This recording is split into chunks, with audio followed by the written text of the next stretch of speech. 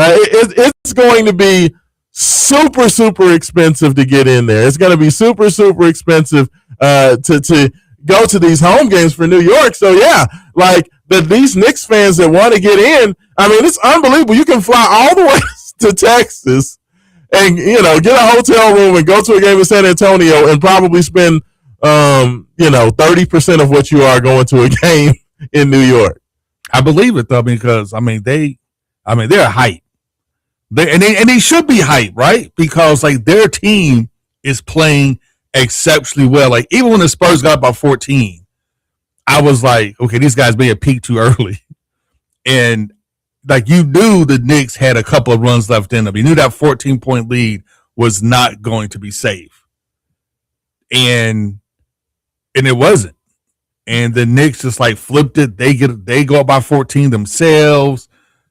Then the Spurs make that last-second rush, but they just couldn't finish it. Well, you know what? It's funny, Haven, because the things that have been talked about with the Spurs all playoffs. This is the first time that Victor Wembanyama and any of these Spurs have been to the NBA playoffs. The only Spur that's played in the playoffs were De'Aaron Fox playing a first-round series with the Sacramento Kings, and then, of course, Harrison Barnes won a championship with the Warriors. But, of course, Harrison Barnes is at best a limited role player at this point in his career.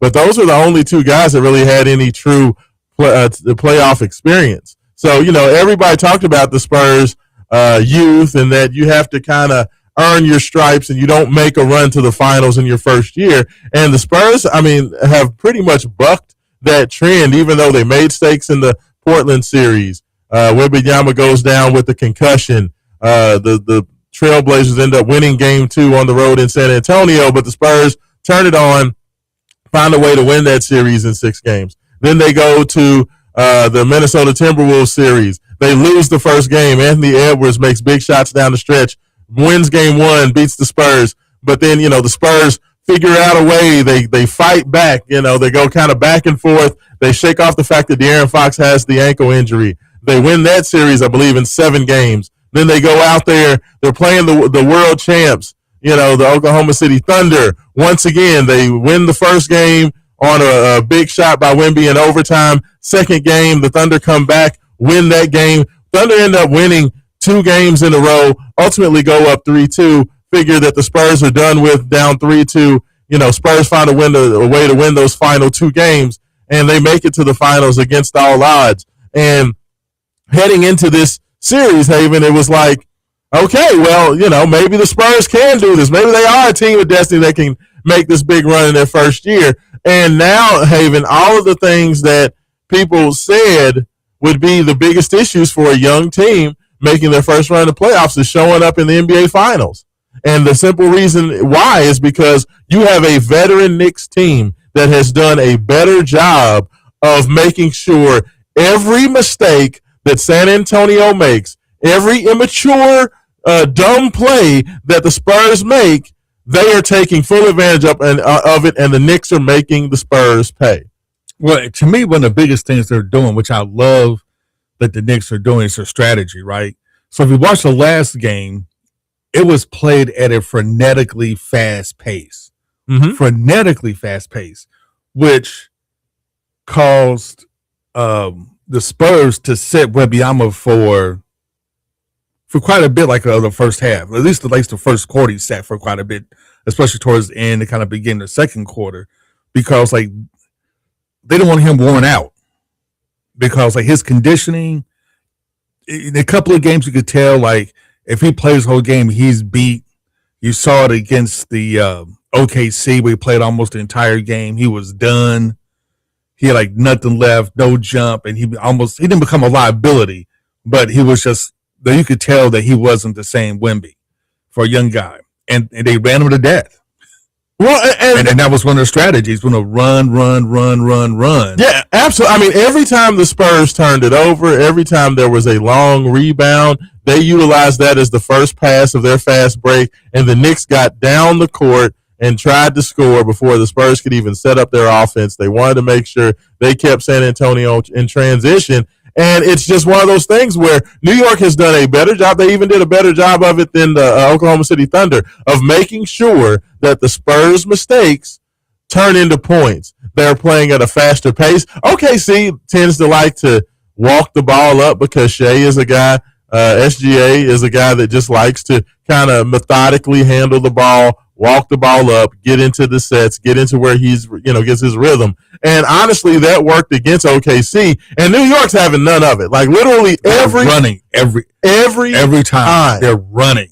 Yeah, and pushing the pace. They are the first team that has the talent and the offensive firepower to make the Spurs pay for all the mistakes that they've made. And I'm going to tell you, like, to me, Victor Wembanyama, while he is an unbelievable, phenomenal athlete, the fact that he can handle the ball, he can shoot the ball, he can do all the things that quote-unquote a guard can do on the court, doesn't mean that's what he should be doing every time down the court, Haven Harrington. And I feel like, to me, that's where San Antonio had their biggest issue, right, is that they're coming down, in the last 2 minutes, the Spurs make a furious run because they start attacking the basket. Because this is the thing. And before I get to that, my point, the biggest sign of immaturity is when you get bored with what's working. Okay? And San Antonio, Haven Harrington, in the first quarter of this game was killing New York. You know why? They were using their size, they were using their athleticism, they were using their strength to get the ball to the rim, possession after possession after possession. They continued to attack the basket. They continued to go right at the smaller Knicks and put the pressure on the Knicks at the rim. And guess what? They had a 34-25 lead at the end of the first quarter. 34 points they scored in that first quarter because all they did every time down the court was attack the basket, Haven Harrington. So you know what the young dudes got to do immediately after they get into that good rhythm going to the rim at the end of the first quarter? What's that, Raashaan? Start shooting damn jump shots. They come out in the second quarter and everybody wants to be Steph Curry. Everybody wants to go out there and show that they can hit step back threes, and they want to go out there and, time after time after time, possession after possession after possession, just take horrible shots. I mean, horrible shots. And this is what I'm talking about. They only scored 18 points in the second quarter after a 34-point first quarter. And you know what happened in that second quarter when they start shooting those jump shots? That kickstarts the Knicks transition game because every 3-point shot turns into a long rebound, turns into a Knicks run out, turns into easy buckets for New York. So you have a 31-18 second quarter for New York because the Spurs got bored with winning basketball. And that is a sign of a young basketball team. And it showed. It also showed that they started tightening up because they started missing free throws. Yeah. And they missed a lot of free throws. I think they missed like 8 or 9 free throws. And man, you hit 50% of those, you win the game. I mean, it's one of those things, like, I'm watching the game and this is no disrespect to Jalen Brunson because he's one of the best pure scorers in the NBA. Karl Anthony Towns is playing the best basketball of his career. OG Anunoby is playing extremely well. This is no disrespect to any of those guys. But there is nothing special that New York is doing to win this series right now. All they're doing is being an expert at taking advantage of a young team doing stupid crap. And that's to be credited. And that's what veteran team's supposed to do. You know what it reminds me of, Haven? This series so far, do you remember when Shaq in Orlando, when Shaq and Penny made the NBA Finals? And Shaq made his first finals as a young guy. I believe it was his 3rd year in the league. Is this when they faced Houston? And they played the Houston Rockets. And everybody thought that they was going to beat up on old man Hakeem Olajuwon. They thought that they were going to just wear out Olajuwon, Clyde Drexler, and Vernon Maxwell and them guys. And the Rockets wore them young boys out. Man, Olajuwon took Shaq to school. Olajuwon put so many moves on Shaq. He had no idea what to do, like none. You had all that young talent with Penny Hardaway and Dennis Scott and Scott Skiles and Shaquille O'Neal. You had all these young players, all this athleticism, all this quickness, all this talent, and Houston made them look like fools. And only reason why, even though Houston was not the more talented team, but they had Olajuwon, they had their go-to guy, but they knew who they were as a team. And, veterans like Mario Elie, veterans like Kenny Smith, them dudes were able to go out there, and every time those dumb Orlando Magic players would make a stupid mistake or shoot a stupid shot, the Rockets would make them pay. They ended up sweeping the Magic.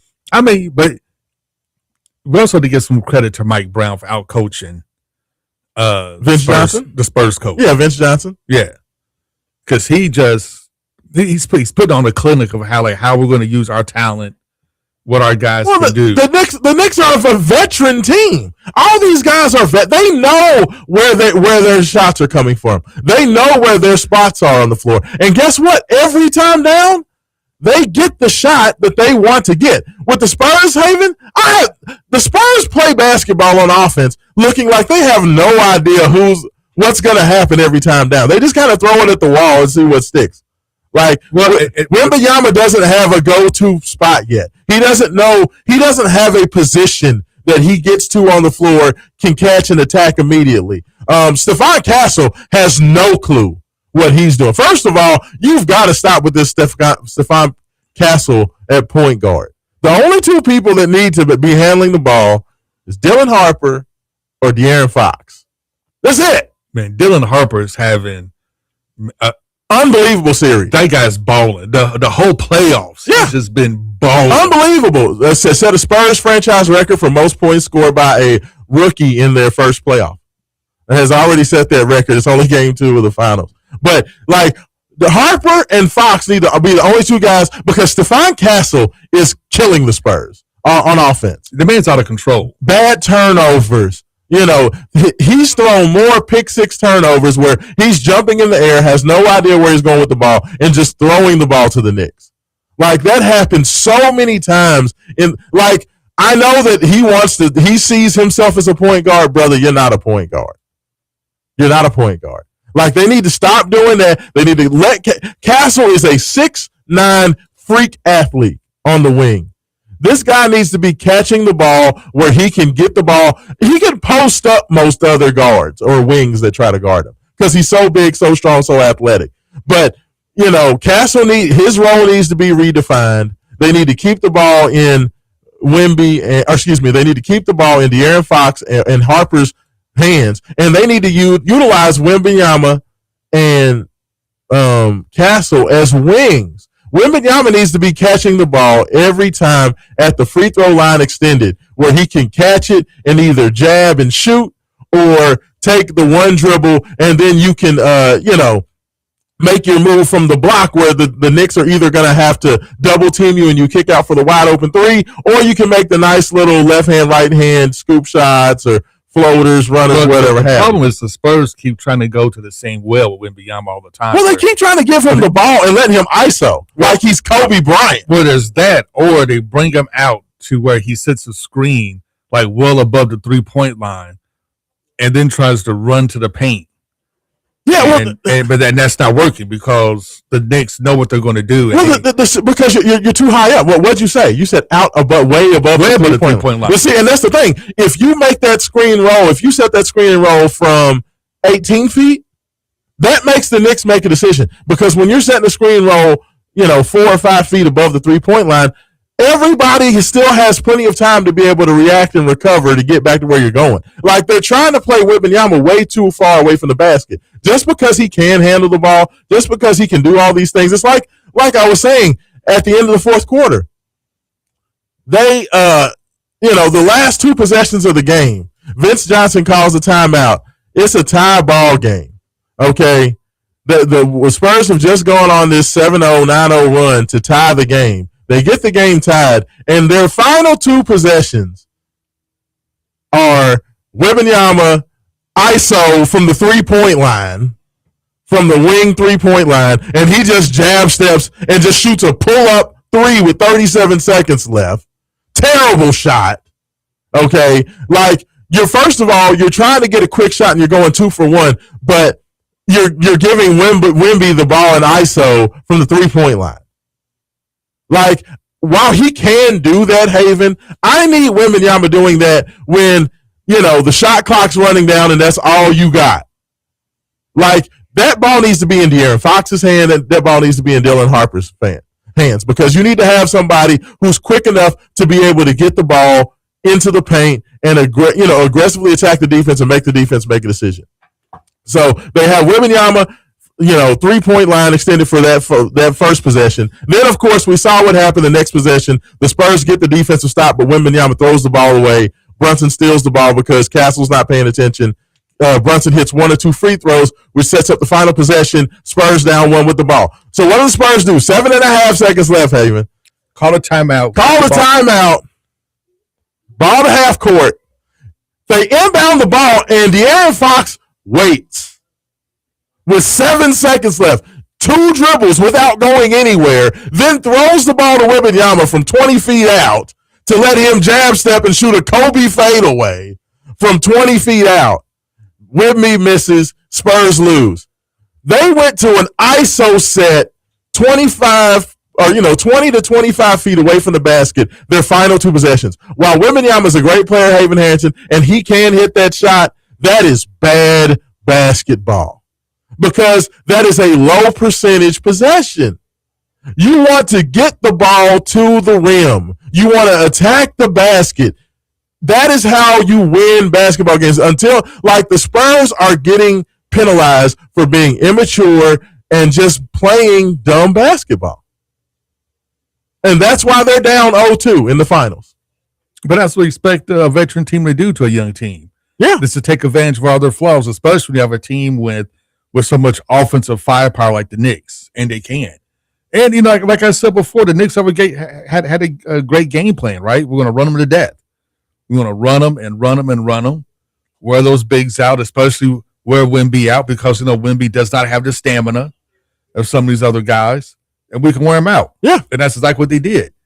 And you gave the ball to a tired 7-5 dude for your final 2 possessions of the game. But, if you screen roll with them, see, my thing is this. If you run pick and roll, like I said, Haven Harrington, you run that pick and roll at 19 feet with Wemby and De'Aaron Fox, you have to double team Wemby on the roll to the rim. Because if you don't double him on the roll to the rim, he's going to dunk the alley-oop lob, game over. So guess what? When that help comes down, if Champagnie or Vassell was in the corner, when you run that screen roll, they're going to be wide open for a 3-point shot. You don't even try it. And that's where, like you said, Vince Johnson is being taken advantage of by Mike Brown. Yeah, because to start the game out, the Spurs had a great concept, right? We're going to start pressuring these guys out, 60 feet from the goal. Mm-hmm. So they're up in their face, trying to wear the Knicks guards out. And the Knicks decide, you know what, Brunson, you just handle the ball. Because you're the best ball handler. You handle the ball. You bring the ball up court because we know that you can handle the pressure. And that worked for a little bit. And then once Brunson got kind of warmed up, bringing the ball up to court, once they made that adjustment, the Spurs never counter-adjusted that. And they kept trying to go through the same well over and over and over again, even though the Knicks had it beat. Yeah. No, it's definitely been Mitch Johnson has been getting out-coached on the sidelines. The Spurs are getting outflanked and outmaneuvered on the basketball court. This has been veterans versus young boys all around in this series. And the Spurs are right now finally getting the lesson. The one big thing that I was worried about, the reason why, even though I picked the Spurs to beat the Thunder, I told you, Haven, after that game 6, I was like, dude, there's no way that the Spurs are going to win game 7 shooting all those jump shots. And, inexplicably, they were able to win it shooting all those jump shots in game 7 versus the Thunder. Let's go. My same issue that I had with them for being inefficient offensively is now coming back to bite them, and the Knicks are making them pay. Mikal Bridges, that brother is on fire.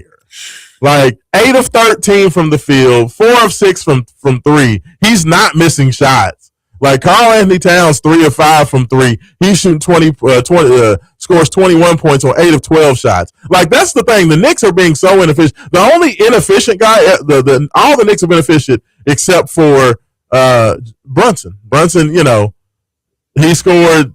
Took him 31 shots to score 30 points in game 1. Took him 25 shots to score 20 points in game 2. Like the Spurs are doing a pretty good job defensively on Brunson. I mean, it's pretty much everybody else. Like Brunson isn't efficient, but when the fourth quarter comes around, he makes big plays. And you the bucket, he has you. And his step back fadeaway jumper, it's money in the bank. Yeah, like over anybody. Like that shot's a straight money, and he's killing them every time with that fake jab. Like I'm going to drive, step back. 15-footer, 18-footer, net. Let's go. Hey, and I'm going to tell you what, the most telling stat, and then we're going to go ahead and we're going to head to break. Most telling stat in this game, Stephon Castle played 28 minutes. He was a -6 for the game. Ooh. Dylan Harper played 32 minutes plus 12. Like that right there, that tells me you need less Stephon Castle or move Stephon Castle into a more reasonable role, or and more Dylan Harper. You need more Dylan Harper. Harper needs to be on the court, and you got to get Stephon Castle off the ball. He's killing San Antonio. Until that happens, we're going to continue to see this same thing happen. I feel it. I see it coming. They want to continue to feature this dude. He wanted to market himself coming out of UConn as a point guard. At 6'9", when he has no point guard instincts nor point guard ball handling ability. But okay. And the Spurs have done that. Mitch Johnson needs to man up and say, Stephon, bruh, just get out on the wing. get out on the wing, and we'll figure it out from there. Because it's just not happening. I mean, Julian Champagnie played 36 minutes. He was a -8 and scored 8 points. 8 points. Like that's not good enough. Move Champagnie to the bench. Slide Castle down. Put Dylan Harper into that lineup, and you let Harper and Fox play 40+ minutes. Let them cook. That they're young guys. Let them do that if you want to win. But we'll see what happens in game 2. Had to get it started. NBA Finals going hot and heavy, so had to break it down. The only way to Wake Up 502 and Main Event Sports can break that thing down. You are listening to Wake Up 502. Raashaan Myers, Haven Hansen. We'll be back on Big X Sports Radio.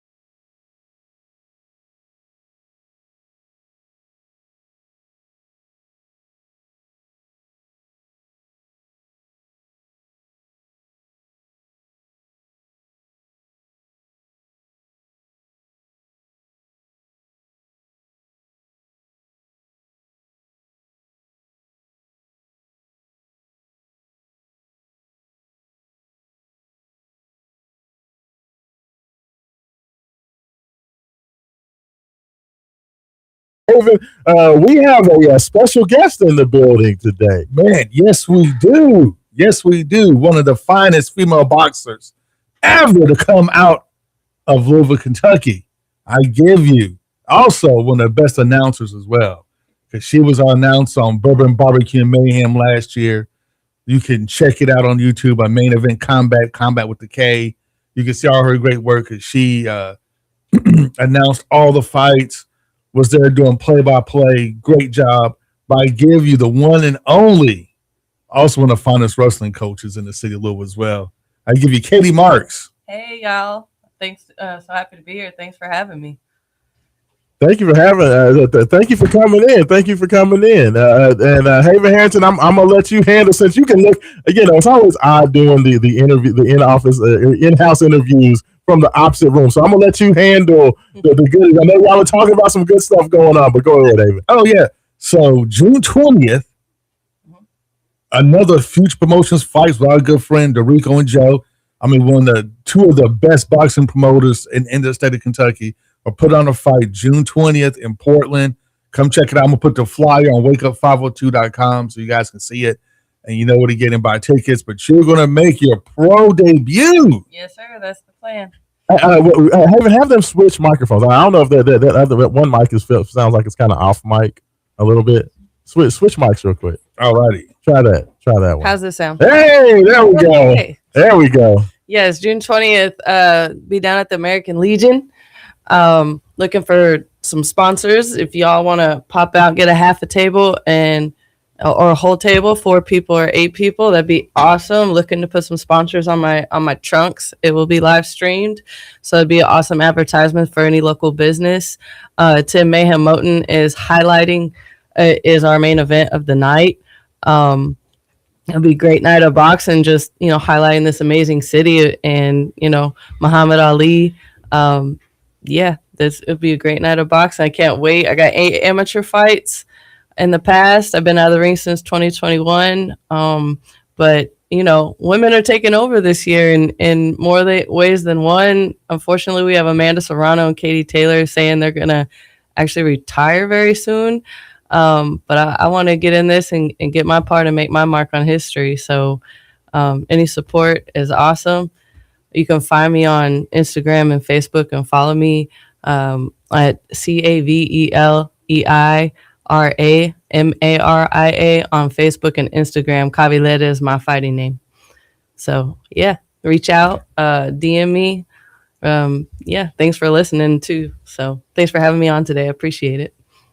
There we go. So you're making your pro debut now. Tell us now, because you haven't fought. Mhm. Well, the last time we fought was 2021, correct? Yep.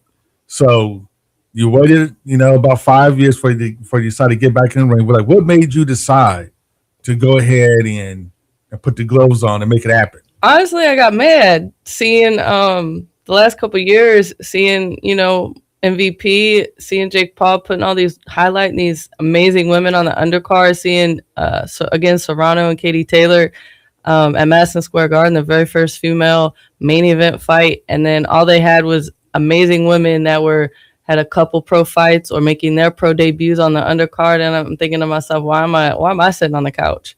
I still got it. Let me get back in it. I never said I retired. I never said I quit. I took a little mental break. Honestly, my last fight took a little mental toll, not the boxing aspect, but the man in my corner, Joe Hammer, he actually passed away from COVID 2 weeks after that fight. I grabbed a coach down there. Coach Dorico couldn't make it down there to go with me.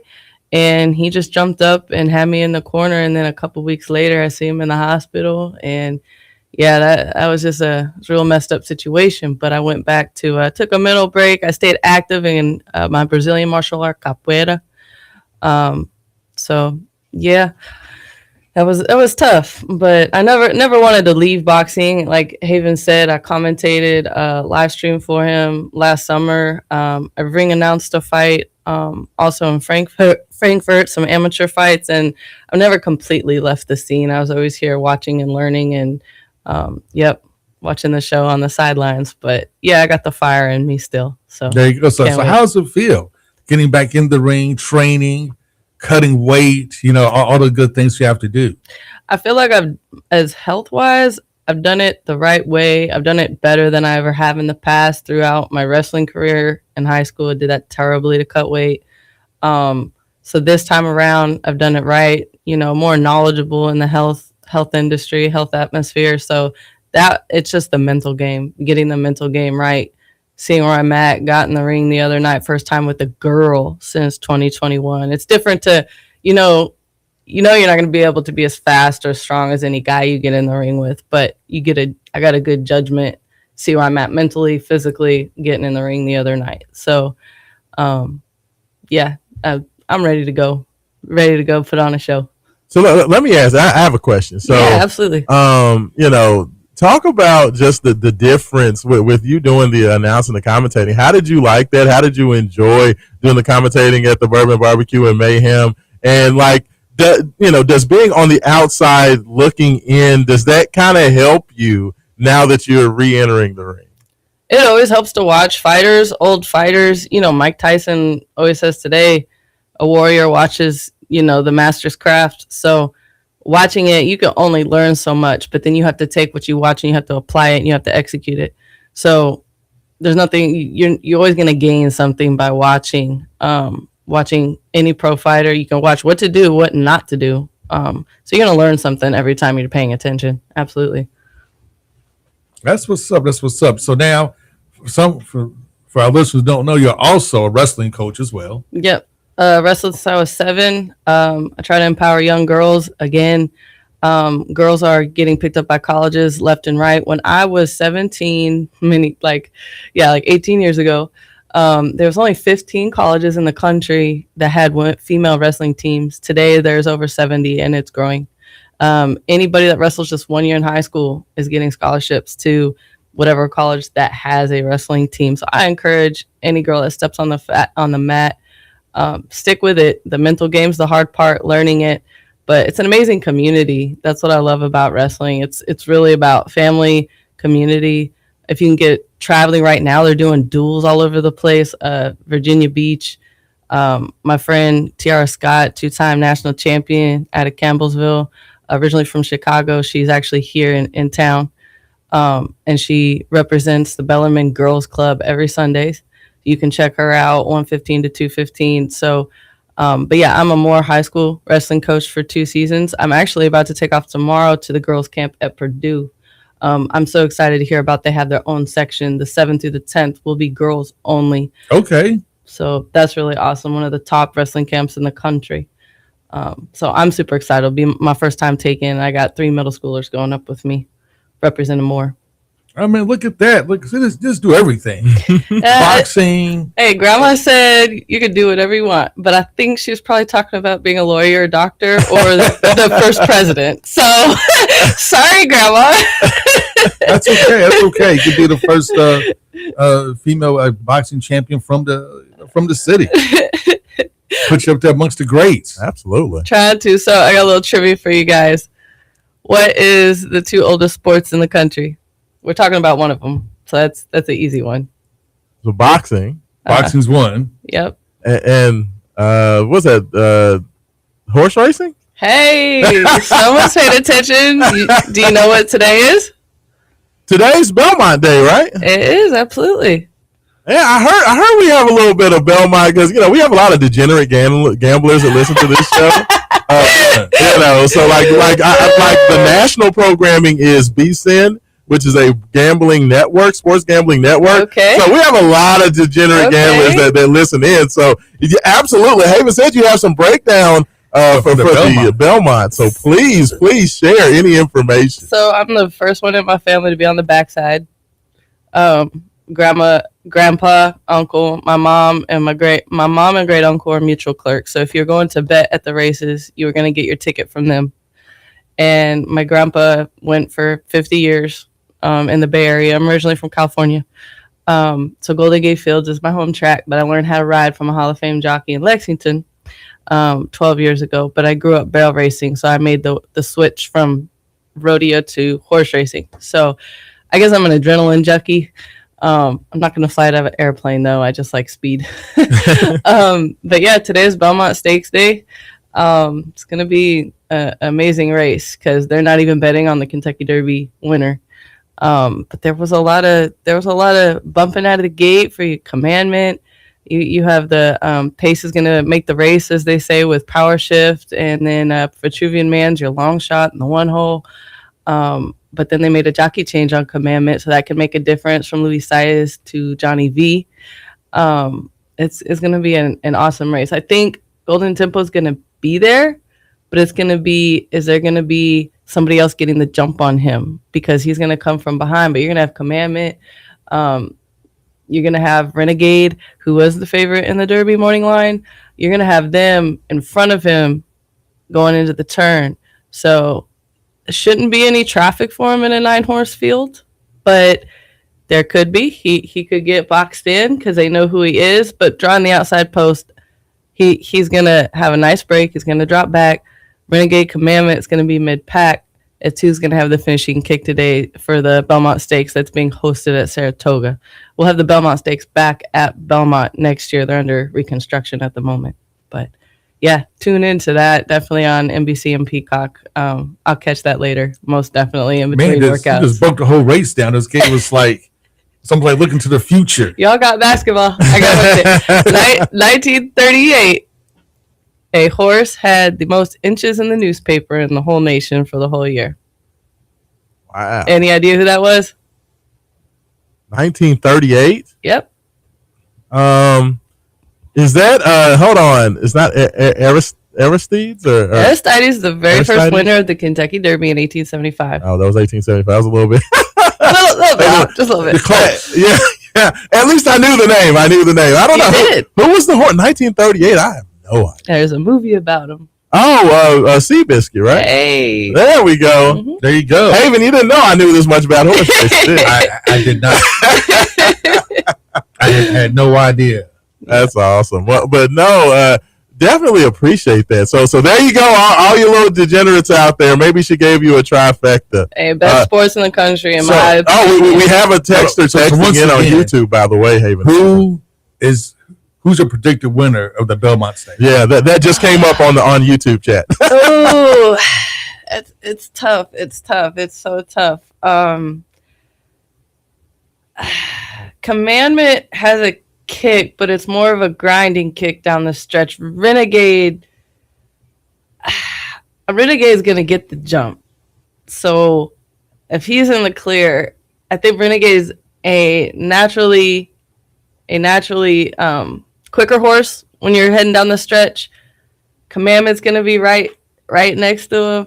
And then I wish Oselli was in the race, but even Power Shift, if he's got the stamina, he could be a long shot. If he gets away, it's tough. I'm gonna go with Renegade because Power Shift don't have the experience. Then now they're all bred to run all day. They all got the breeding. You can't knock any one of these contenders on breeding. I'm gonna go with Renegade today. Gonna go with the speed. Gonna go with the quickness of Renegade. Yep. He's gonna sit off the pace. Okay. Yep. He's sit off the pace and have that run, and I think he's gonna have his revenge today. Now let me ask. Because I do have a question, because I've heard now, and you can correct me if I'm wrong, but the Belmont used to be a longer race, right? Have they shortened? It will return to the 1.5-mile distance at Belmont. I wish I knew why they shortened it just to be at Saratoga. I think it's something about how the track is shaped. So Belmont's the only track in the country where you can do an entire lap and it's 1.5 miles. Okay. So Saratoga's a little bit of a shorter course, so they're making it the Derby distance. Okay. Yep. Good observation. We have another question for you. Yeah, absolutely. We need your super trifecta. That would be a superfecta. Yep. Do you want the tri or the superfecta? Because that's 3 horses or 4 horses. Let's go with the super trifecta. That is not a thing. Hey, man, maybe they'll create it. I'm just reading what I'm seeing on the screen. There's a superfecta and a trifecta. You know what? Let's go trifecta. Okay. So top 3. Let me check out let me throw out a long shot to this. Let me see. I hate to call out our YouTube people, but yeah, that's not a thing. Hey, no, I'm glad they're listening. That's awesome. Told you we got degenerate gamblers. You called them out. I'm telling you, they absolutely. Oh man, I'm gonna go with and Chief Wallaby's right there too. I'm gonna go with Renegade.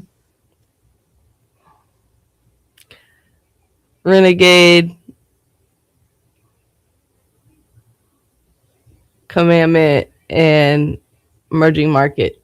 Wow, so the Derby winner is being left out of the top 3. I just think he's not gonna have the Derby is a special scenario where everything falls apart in the stretch. He's not gonna get that scenario today. How much I love Cherie DeVoe and the woman power behind it.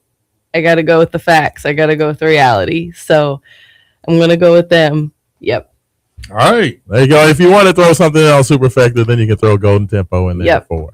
Yep. And now, back to the fight. Yes. June 20th at the American Legion.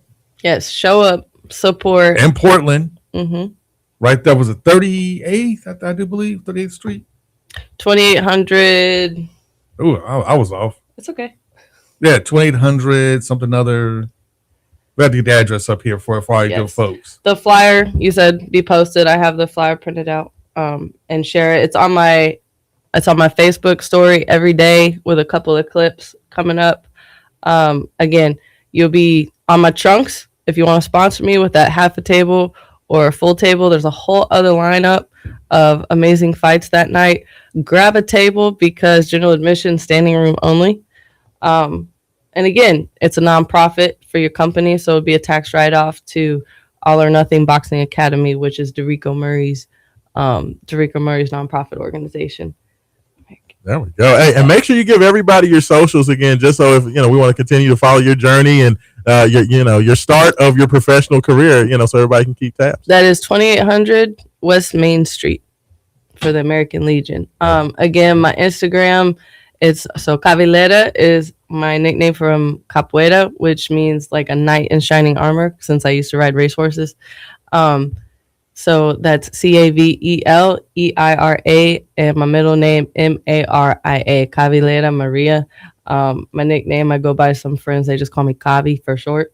You can find on Instagram, Facebook, and again, check out the Heart Thread Collective. If you're down at the market today, 1247 Logan Street. Yep. There we go. There we go. So once again, that's June 20th. June 20th. 2800 West Main Street, American Legion Post. Mm-hmm. You can check her out. Katie Marks is going to be slinging it. The Hands of Stone. Looking for my first professional knockout. I have one as an amateur. Oh, there we go. That's what I'm talking about. And then, of course, our man, Tim Mayhem Moten, the featured fighter. I do that every time he comes in, you know, he gets another knockout every time he comes in and sits in with us. So shout out to Mayhem. Cannot wait to see him get out there and do his thing. Yeah, I'm really excited to be on the undercard of him and another friend of mine, Symbols. If you're following him on Instagram or Facebook, he just had a knockout on Superstars of Boxing card not too long ago. So this is a stacked. It's not just come out in one fight. This is a stacked card. Show up to support me, Derica Murray, and also House of Best Kept Secrets will be in my corner. Gerald Reed out of Lexington. So yeah, I can't wait. I'm super excited to get the ball rolling. There we go. Well, appreciate you coming in. We are rushing. Yes, I see you check your watch, Haven Harrington. I'm not going to be late on the play out, but now you get all the main event Wake Up 502 mojo. So we expect for you to come out there and shine in your first professional fight. So good luck to you. Thank you so much for joining us this morning. Thank you so much for having me. Appreciate it so much. There we go. There we go. Well, this is Wake Up 502. We will be back. Hour number 2. All my Louisville Cardinal people, I have not forgotten University of Louisville basketball roster conversation. Cards versus Cats. Who you got? We're going to have that whole breakdown. Hour number 2. This is Raashaan Myers, Haven Harrington. We'll be back on the Big X.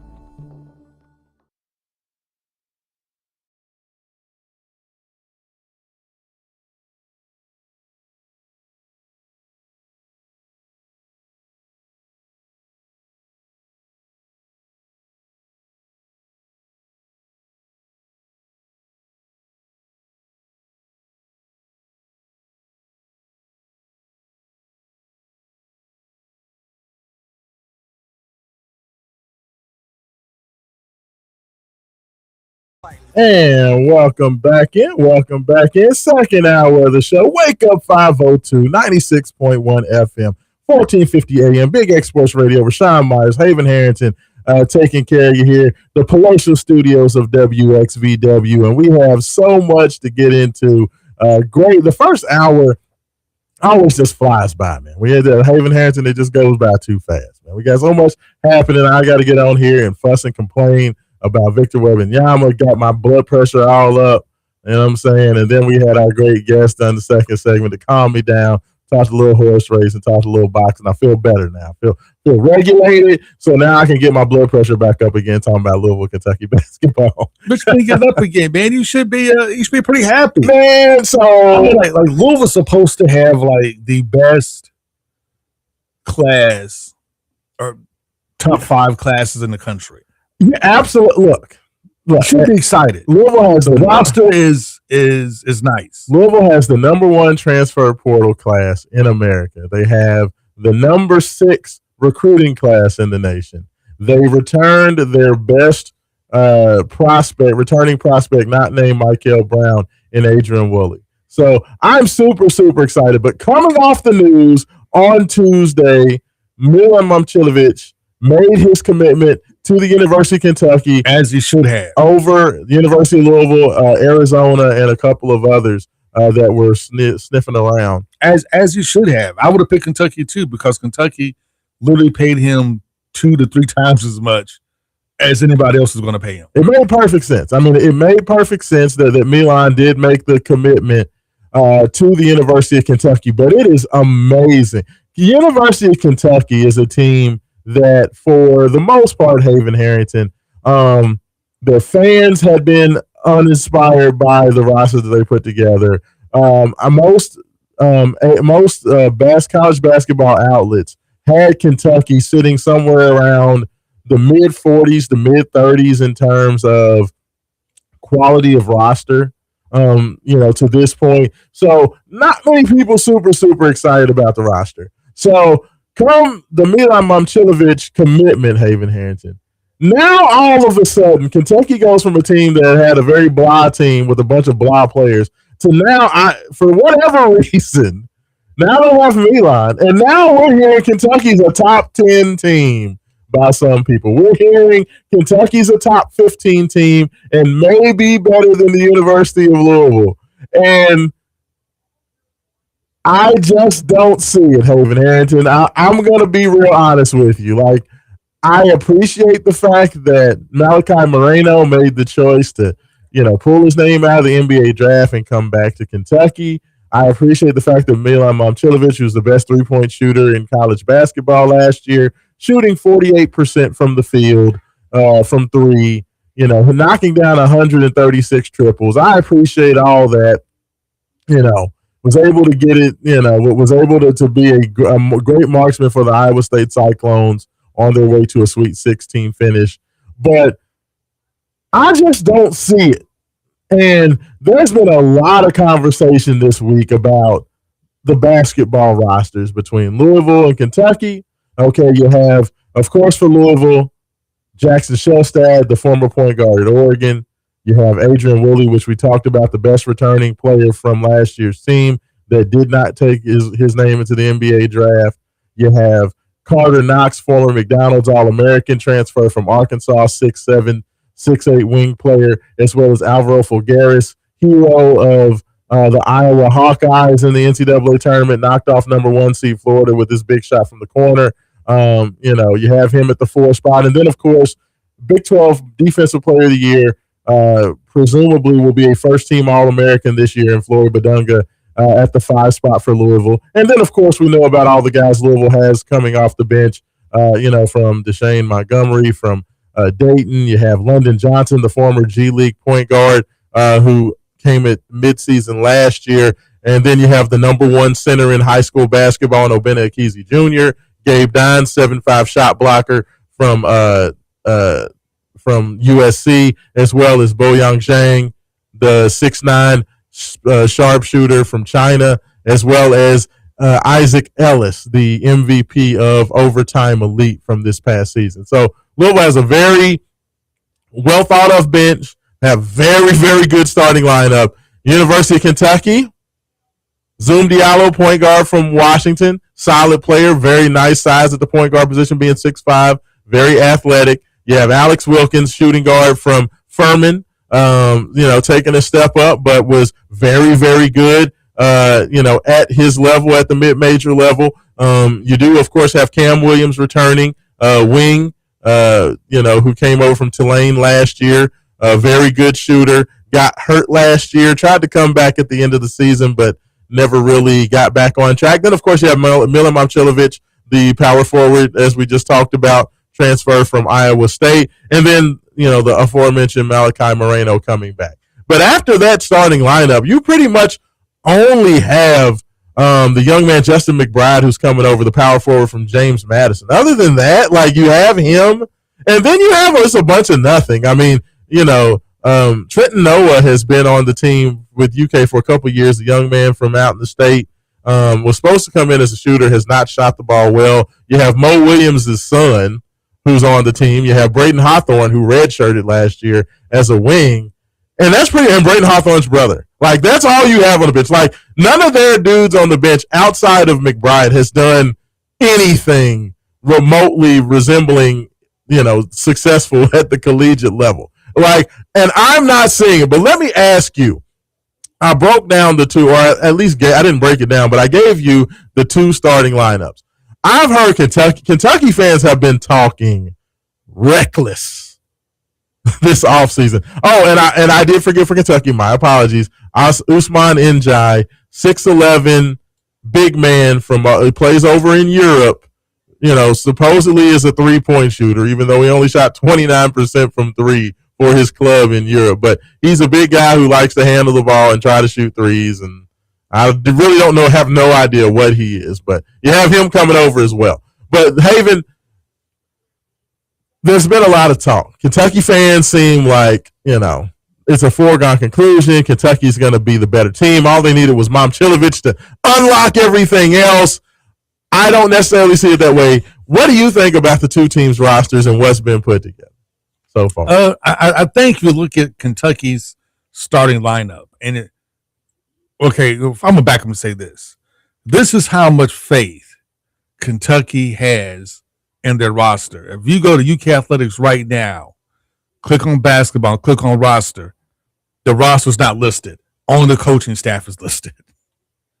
That lets you how much even UK has faith in their starting roster. They came and listed the players on a website.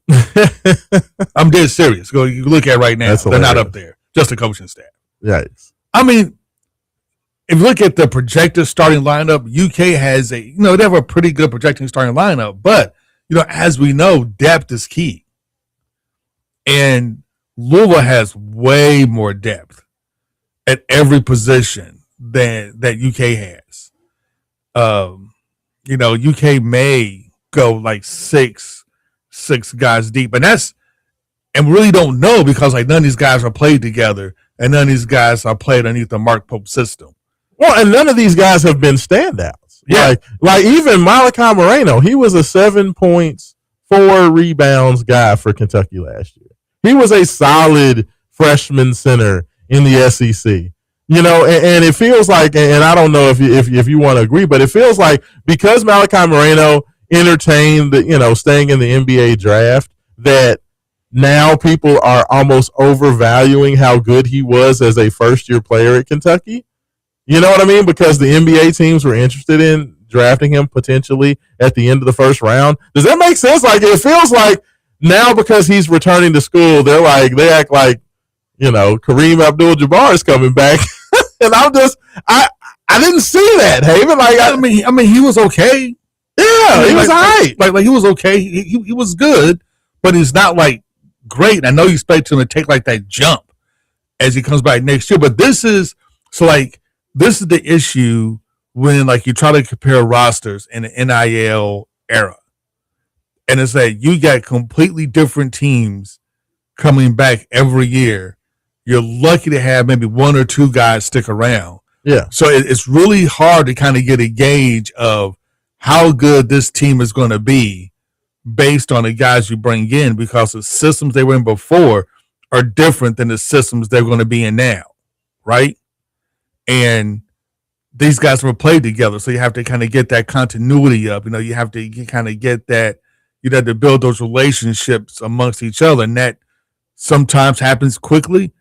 Sometimes that takes a while. It's not to like mid-season before guys really start to gel and learn each other. So it's like it is so hard to compare rosters and try to predict the future based on a whole bunch of guys getting together for the very first time and then trying to figure out what their roles and how they're going to play. And to me, Kentucky has, like, I was listening to Stephen Peake, who's of course the host of Kentucky Roll Call, comes to you every weekday, Monday through Friday from noon to 2 here on Big X Sports Radio. And, of course, Kentucky Roll Call's big UK show. And I'm listening to Peake, and I'm listening to the guest that he had in, I can't remember the guy's name, Coach somebody. Was listening to him Friday, as well as Trevor Kelsey, who's back producing here at Big X. And I was listening to them break down the Kentucky roster, and I heard, if Zoom Diallo can, up his play and have a great shooting year like Butler did, Lamont Butler did in year one under Cal, and if Alex Wilkins can maybe, hopefully step up from division, from mid-major and be as good as he was, and if Cam Williams can be as better than he was as in his first year at UK as the starting lineup, and hopefully Malachi Moreno makes a big jump, and maybe Justin McBride's going to be able to come from James Madison. Like, it's a lot of hoping and a lot of ifs, and you're banking on a lot of guys making big jumps on that Kentucky roster. There's not a lot of proven guys with success at the Power 5 level, at an elite level outside of Momcilovic. Momcilovic is literally the only guy who's dominated the competition at the Power 5 level. Zoom Diallo was okay at Washington.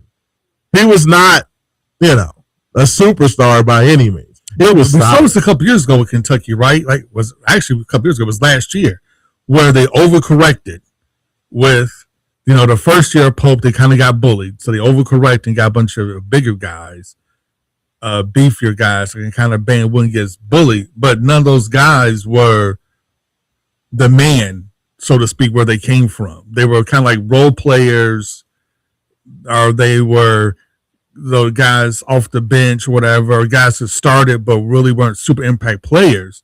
And those are the guys he kind of brought in last year, and he kind of saw what it brought, right?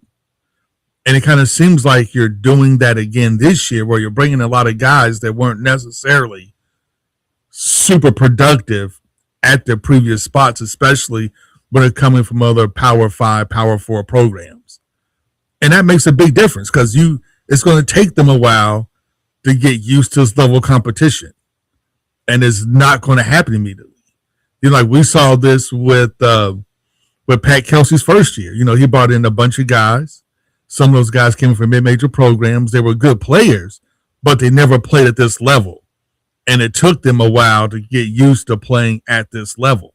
Yeah, absolutely. And it just, and these things just happen. Louisville has got a lot of guys that have played ball at the Power 4 level. They either started or they were significant contributors. So you have a better baseline. You have more known commodities of what Louisville can, of what you're going to get with the Louisville roster versus Kentucky's roster.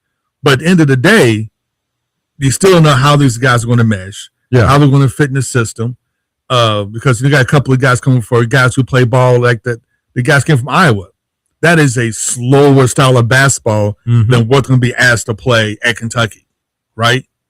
So how do you adjust to running up and down the court as much as you're going to run and then shoot? And Milan wasn't known as the best defender. Yeah. He's going to be asked to defend.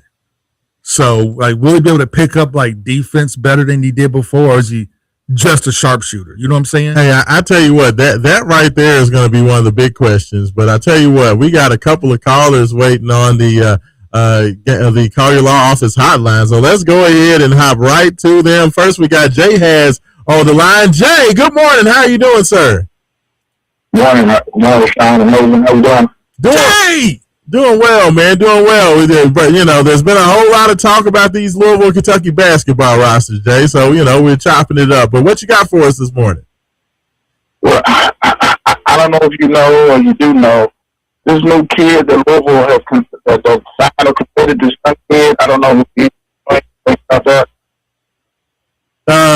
What's his name? You said there's a new kid that Louisville's recruiting?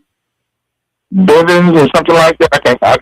I can't quote up the name, but it came down the pipeline. I don't know for sure, but it's first day of practice the other day, man. And things are looking up right now, and trying to get the continuity to understand Coach Kelsey's philosophy. And I think this team is going to be very talented, very gifted, very basketball knowledge. Going to be hard. It's going to be hard. They're going to compete. They're going to have dogs in them. I'm excited about this team, man. I'm just excited, man. I just can't wait for this team to do what it needs to do. Yeah. I mean, you're going to start seeing the hype videos come out, Jay. I've heard that, of course, Louisville is right now, they're in summer workouts. Matt Jones said that Kentucky, they start their summer program on June 15th. The Louisville guys got here early. Everybody, their whole roster, this is the earliest that Louisville's had their complete roster on campus. All these guys were excited and ready to get there. They got here last week and are ready to get up and running. So they're super excited. We'll start seeing a bunch of these videos coming out. There has not been any talk as of yet of a summer trip or, the NCAA changed their rules to allow that now college teams can take summer trips every year.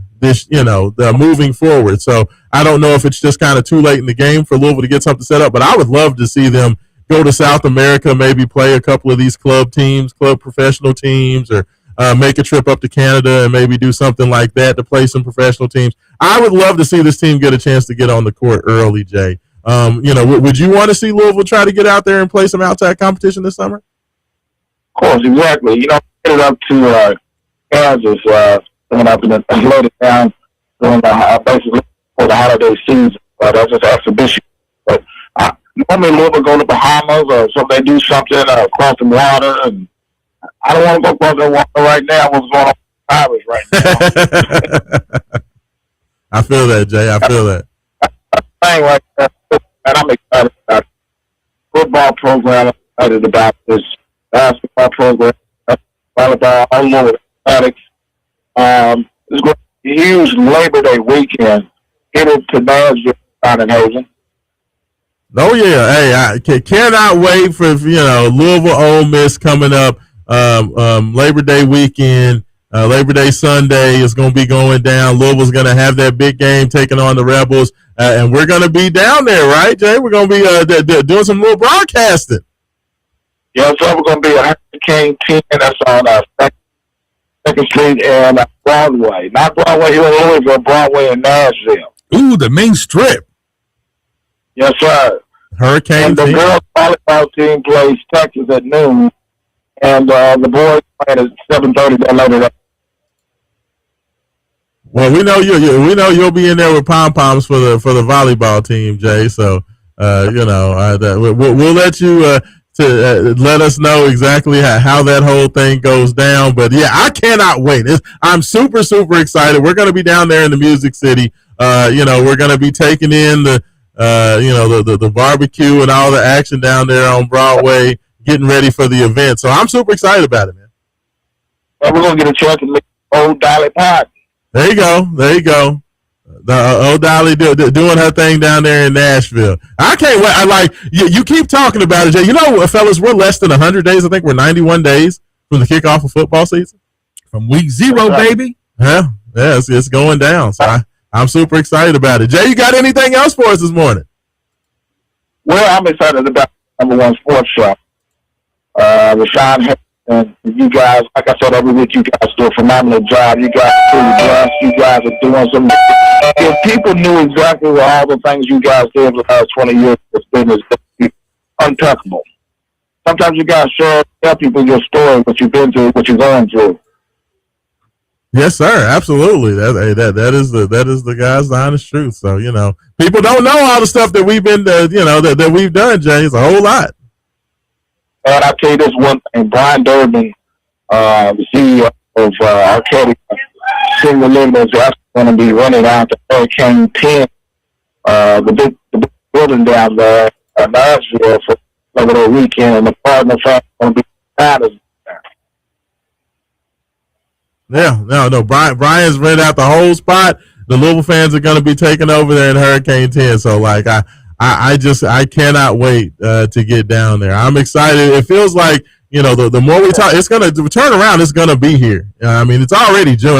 I can't believe it's already June 5th of 2026. We are halfway through, halfway through the year as it stands. So August will be here before you know it. And of course, we're going to make sure that all the people can come out and celebrate a new Cardinal football season for sure. Raashaan is believing in closing. Keep exactly how they can tune in to you and Haven, and of course myself internationally across the state, across the country. They're going to a link, and a special link that was inquired about that, how people can tap in and listen to you guys. Yeah, definitely. Of course, everybody can make sure to follow us at wakeup502.com.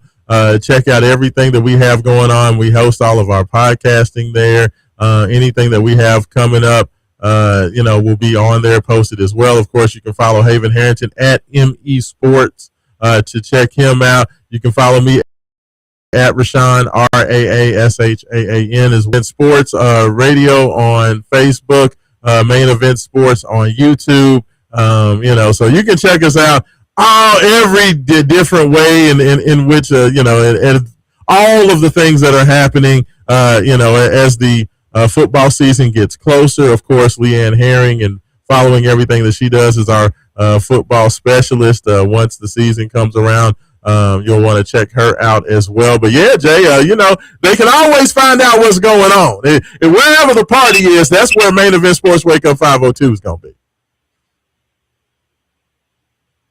I'm excited. Closing, Raashaan. I'm excited. Haven, closing again. I'm going to say this real quick. I'm so excited about this. my football season, man. NFL around the corner as well too. And I'm sorry, Raashaan, your San Antonio Spurs didn't do it again. But, they got a little time left. They don't do it next week. It's going to be kind of ugly weekend. It's going to be real ugly. Yeah. Coming up Monday, Monday, Game 3 in New York City in Gotham. So we'll see what happens. But Jay, I appreciate you giving us the call this morning, my brother. All right, brother. All right, now.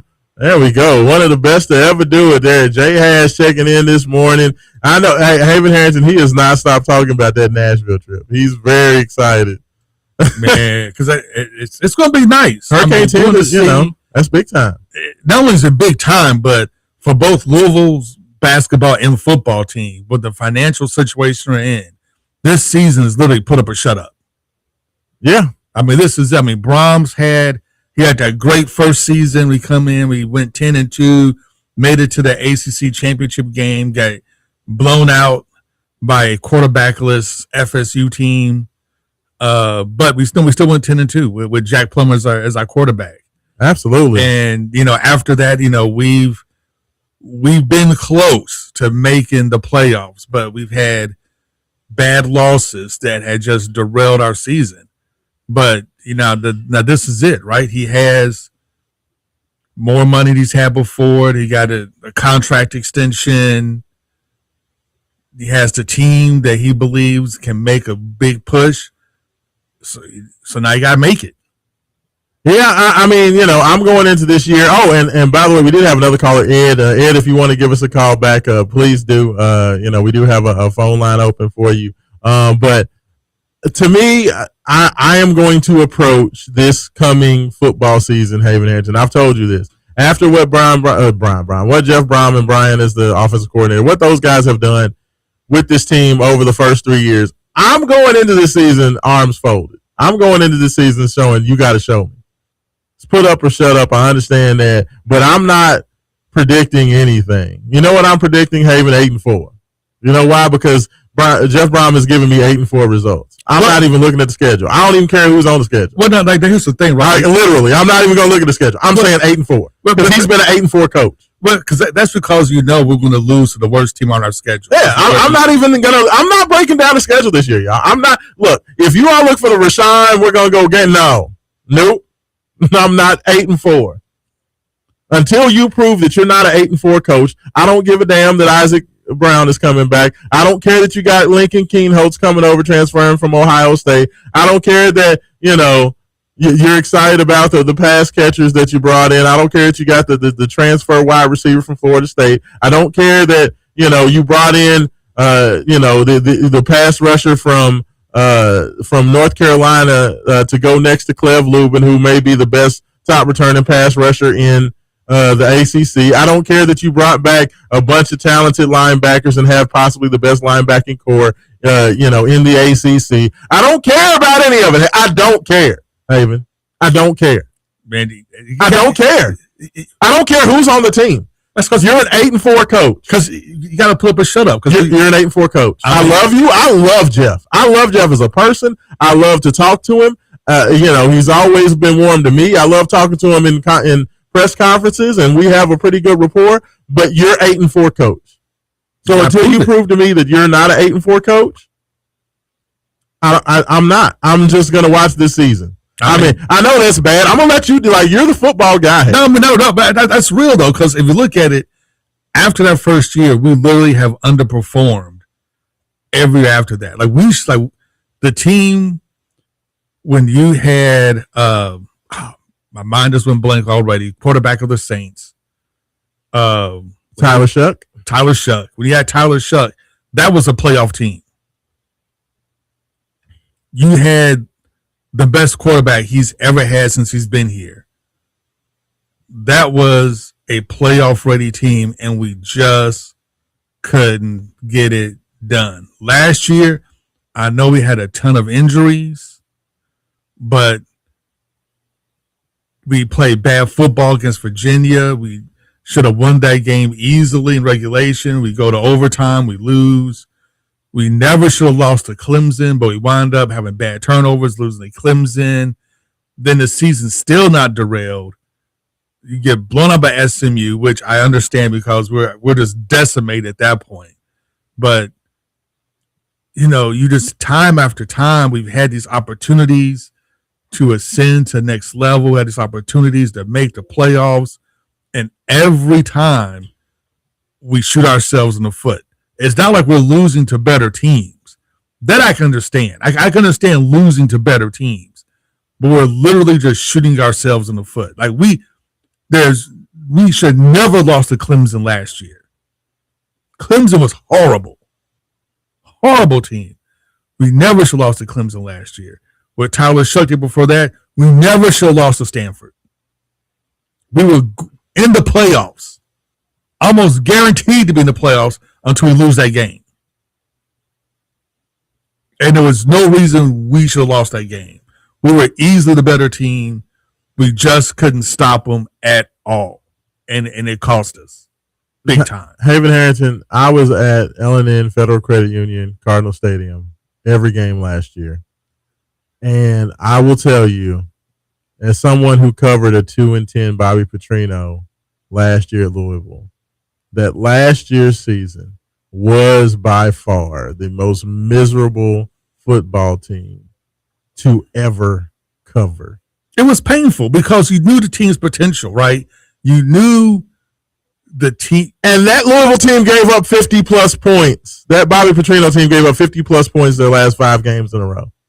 And last year was worse. I mean, what made it worse is that the ACC was down. Clemson was down. Yes, Virginia was like the big guy, but they weren't that big. And when we played them, we were a much, much, much better team than them when we played. A much better team. And we just fell apart. We just kept shooting ourselves in the foot. It's pitiful. It was pitiful. It was pitiful. It was ridiculous. Walking back to the car after loss to California, to Clemson, to Virginia, just pathetic. It was pathetic. I don't even like to think about it. It gets my blood pressure up. Haven, I keep getting my blood pressure up this morning talking about this mess. So you know what? We're not talking about football no more. We're going to break. We're going to break, and then we're reading your text. 502-414-1450. If you want to give us a call in, 502-384-1450.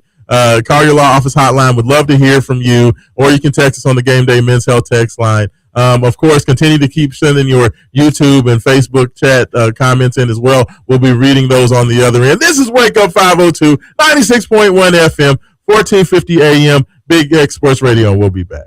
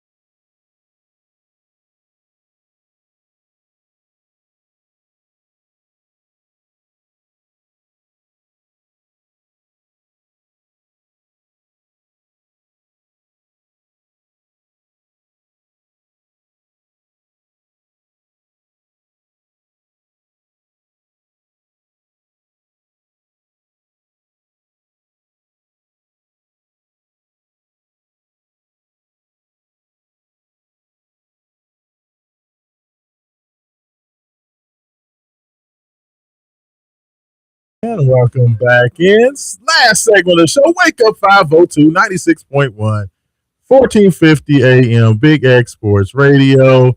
Haven Harrington, I'm in a party mood, brother. You know what I'm saying? I'm feeling good. So it's the weekend. I'm excited for it. Everybody's bringing the good energy this morning. Thanks for everybody hanging out with us this morning. Y'all know we always try to keep the grooves up and rolling this morning, and we're going to keep that rolling by going straight to the Game Day Men's Health text line, straight to the YouTube comments, and answer all your questions. Texter says on YouTube, Raashaan, what do you think? Why he keeps talking about?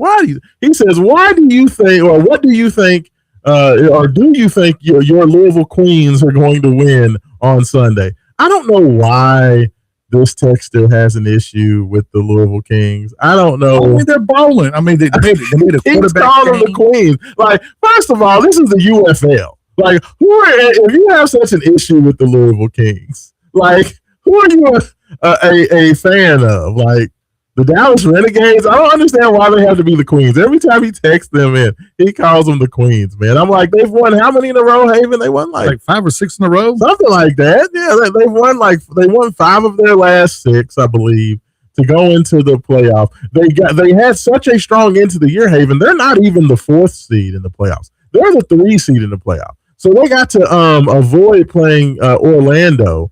Orlando was the number 1 overall seed. And, they won't have to play, Orlando until the championship game if they get this win coming up. So you know what? I'm going to say that the Louisville Kings are going to keep it going. They're going to the UofL championship in year one. Chris Redmond has done an excellent job turning this around. All they needed to do was get Jason Bean out of town. Dude was terrible. They got rid of quarterback. They got rid of Benny Snell. Yes. Actually, they got rid of all the local players, and lo and behold, they cut the fat. You get rid of all the UK people. Get all that bad little UK mojo off the team, and look at what happens. It's amazing. So I think the Kings are going to get it done. Quit hating all the time.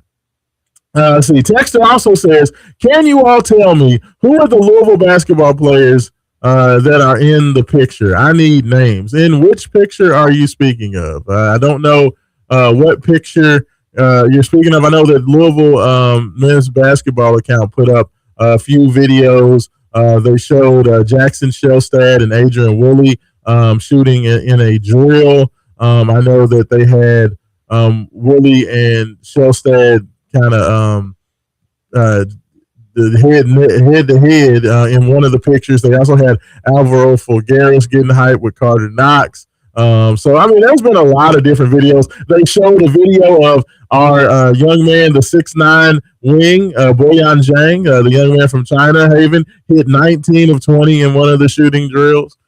He's coming in known as a big-time shooter. I think he's going to be very, very good this year. That's going to be, leader of the clubhouse for the freshmen. I think Bennett Akizi is the number one center in high school. He's going to be amazing for Louisville. But I'm going to tell you what, Haven, Boyan Zhang is going to be a very good player. Well, see, that's who I'm most interested in because all the national guys have just raved about Boyan Zhang. Yeah. I mean, they've raved. I've never seen them play. So I'm just kind of going on their reports. But show after show filled at 68.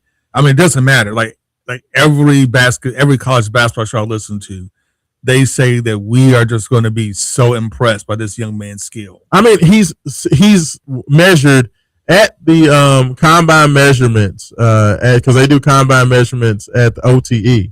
That's one of the things they do. Measured at 6'8", without shoes on. So he's a true on the court. He's a true 6'9" and a half.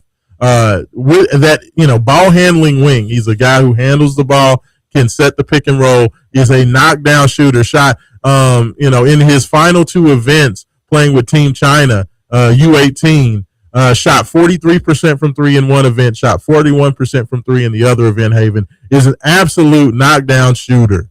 Very, very impressive. Was the second leading scorer in the OTE Scholastic League this past year. Playing against some of the best high school competition in America. Boyan Zhang is the real deal. That's the one guy I was super excited about. I got the opportunity to watch him at the Nike Hoop Summit event last year with Michael Brown and crew, and he more than held his own, even though he was probably the youngest player in the event. Did very well, had some big-time highlights. I think that Louisville got a steal in Boyan Zhang. I really do. I think that he's going to be the backup reserve to Carter Knox. He's going to be coming off as that wing off the bench at the 3 spot. But I think that he's going to definitely make some waves this year. So just keep it out for him. But, yeah, they had a bunch of definitely anytime the University of Louisville puts out these pictures, go to the Louisville men's basketball page on Instagram because they always have a ton of pictures. They're like 17 pictures on IG of the first day of the team and workouts and doing some things out there. So those great folks over there just continue to put out content. So make sure you check them out. Texter also says sports betting has become corrupt. They corrupted Terry Rozier, the 3 Alabama State basketball players, and the quarterback from Texas Tech who are taking bribes with pennies, ruining their career. There's definitely a lot of issue. Haven Harrington, do you think that all of this stuff, I guess it has to be, is this all just directly, coming from the fact that there is all this, DraftKings and all these. There's so much money now floating around college. I feel like it was always there, but do you think it's made it worse because you have, onshore gambling? It used to be all offshore gambling. sports gambling for the most part, unless you were in But Vegas. it's made it worse because now I have access to it. Before the only place with sports bet was Vegas. Yeah. And you had to go to Vegas. Or your local bookie. Yeah. Or the guy in the street corner. But now you have apps and everything else, so you can easily do it. And when you're playing a sport, maybe it's 1,000 times easier to have your friends make some bets for you. Did you hear about the Terry Rozier? How much he got paid? They said something like Terry Rozier got paid like $100,000 to like set up some of these games. But my thing is like, wasn't Terry Rozier like on like a $15 million a year contract? Hey, it's never enough, man. Like, why would you? I don't understand that. I don't understand if it did in fact happen, which is what he's being accused of. I think it was like $100,000 or maybe $200,000, like whatever it was. It definitely was not enough. Like when you're on making $12 to $15 million on an NBA roster. Like I just don't get it. Like it's very. I hate to see that for Terry Rozier. He's been under scrutiny for this stuff for the last 2 or 3 years. It is what it is. It is what it is. But now there's more money in sports than there ever has been. So that's what happens. Yeah, you get greedy. You want more. I mean, I get it. I mean, we can. I was about to bring something political in, but I'm not. but I am. It's like all the future bets being made around America's invasions of several countries, right? Or stock purchases made by various members of the administration right before the president announces that NVIDIA is about to get this new contract or Microsoft's about to get this new government contract. And you notice that a couple of hours before the announcement's made, several people are making these big stock buys, and they're about to get a big payday. So it's happening. It's like all over the country. Yeah. I mean, it is what it is. There's millions of extra dollars to be made, so somebody's going to have to make it. No, that's fair. Absolutely. Texter says, "Happy birthday to the late Breonna Taylor. Gone but never forgotten. Rest in power." So yeah, absolutely. Shout out to Breonna Taylor and her family, and definitely never forgotten. And then, of course, right after that, a texter says, "Mom, son of a beach." So Milan, mom, son of a beach. I like that, and that's BEACH, people. There you go. Hey, you know what? There's one thing we failed to talk about today. We got 10 minutes left in the show, so I would be remiss if I did not mention your Chicago Bears moving to Hammond, Indiana. So Hammond, Indiana. What are they moving to Hammond, Indiana for? What are they? Because I mean, is that they're getting all the owners of these teams, the NFL teams, are all billionaires, right? Yeah, right. Of course, everybody wants a new stadium, and everybody wants the city or the state to pay for it. Oh, is this a new ploy to get them to build a new stadium? No, Hammond is already approved. The state of Indiana has approved building the Bears. So have they officially decided they're moving? They have the board of directors have voted to move to Hammond, Indiana. So really, it's all a done deal. Yes, Hammond. Get this. So not only is Hammond building these billionaire owners and the Chicago Bears owners a brand new stadium. So basically, they're doing the East Rutherford, New Jersey thing. So yes, the same way that they pulled the Giants out of New York. But the Bears do not have to pay property taxes forever. Really? Yes. Wow. So not only did he get a brand new stadium, then they have to pay taxes. Well, no wonder they're taking the deal. Yes. Yes. I know a lot of my friends in Chicago upset that the Bears are leaving. That's because the Bears have been there since like 1921. Yeah, they're like one of the originals. Yes, and they're leaving to go to Hammond, Indiana. To still be the Chicago Bears, or yeah, there's going to be the New York Giants are still the New York Giants, even though they're in East Rutherford, New Jersey. Yeah, but with that being said, it's just crazy to me. It's like I get why Indiana will put the money up to have two, which is crazy. Indiana's going to have two NFL teams. Yeah. One real city, Indianapolis, but two NFL teams, which is insane.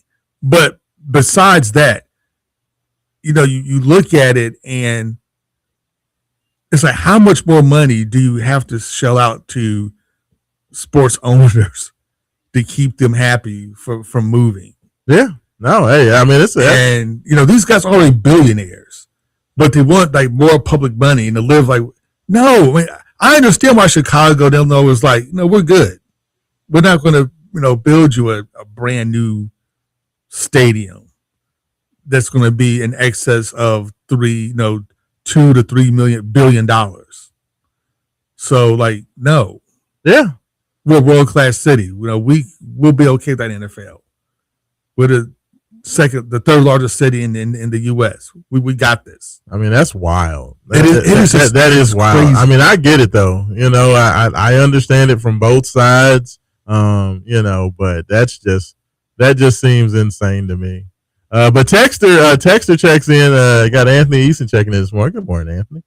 Checking in. He said, Raashaan, do you think that we see a lineup with Obina Ekezie and Flory Badunga out there at the same time? I think that could be elite defensively. I absolutely think that that's going to happen. I think that's going to happen just because you do bring over a guy for like John Andershek for just that sort of reason. I think that we're going to see lineups with Obina Ekezie, Flory Badunga, and Alvaro Figueres out there all at the same time. I think you could see 6'10", 7'1", 6'9", all out there together, and just go with a jumbo lineup because I think it works. I think that you can, defensively, you can play Flory at the 4 and leave Obi at the 5, and then on offense, Obi move to the 4 and play kind of that free throw line extended with Flory down low in the dunker spot. I absolutely think it'll work. I think we'll see. That's the one thing, Haven, I love about this Louisville roster.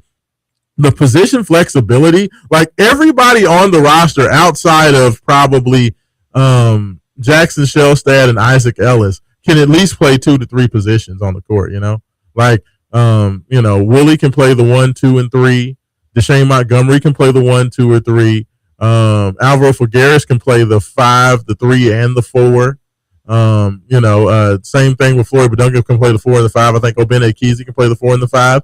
The position versatility of this team, you're going to have a lot of guys that can play in a lot of different places. So I think we're going to see all types of crazy lineups this year. And I do think that, a high-low with Obi and Flory would work out very well. And you have John Andershek, who was a specialist at that with Florida, with guys like Thomas Houck, and the rest of those big men that they have at Florida, where they utilize that big man game. They utilize the high-low game. So, yeah, I think this is going to be a beautiful mesh of what we saw Louisville do last year. Like, I don't agree that Louisville adding this size and the athleticism, I don't think they're getting away, Haven, and you can tell me if your opinion of that.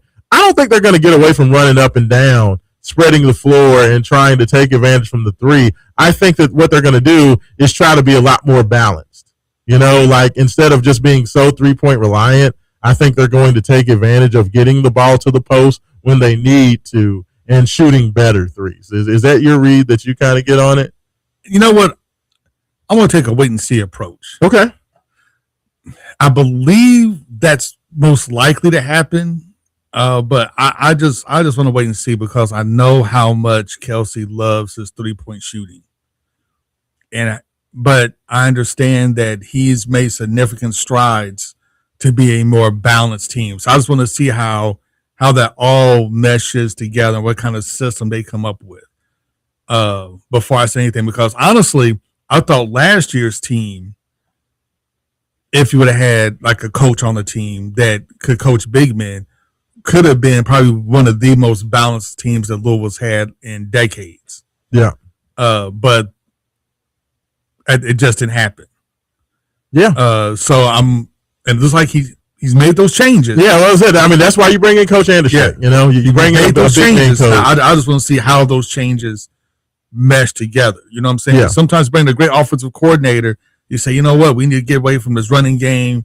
Let's air it out. So you bring in a guy that can air it out. But it just doesn't match with like the coach's personality still. You know what I'm saying?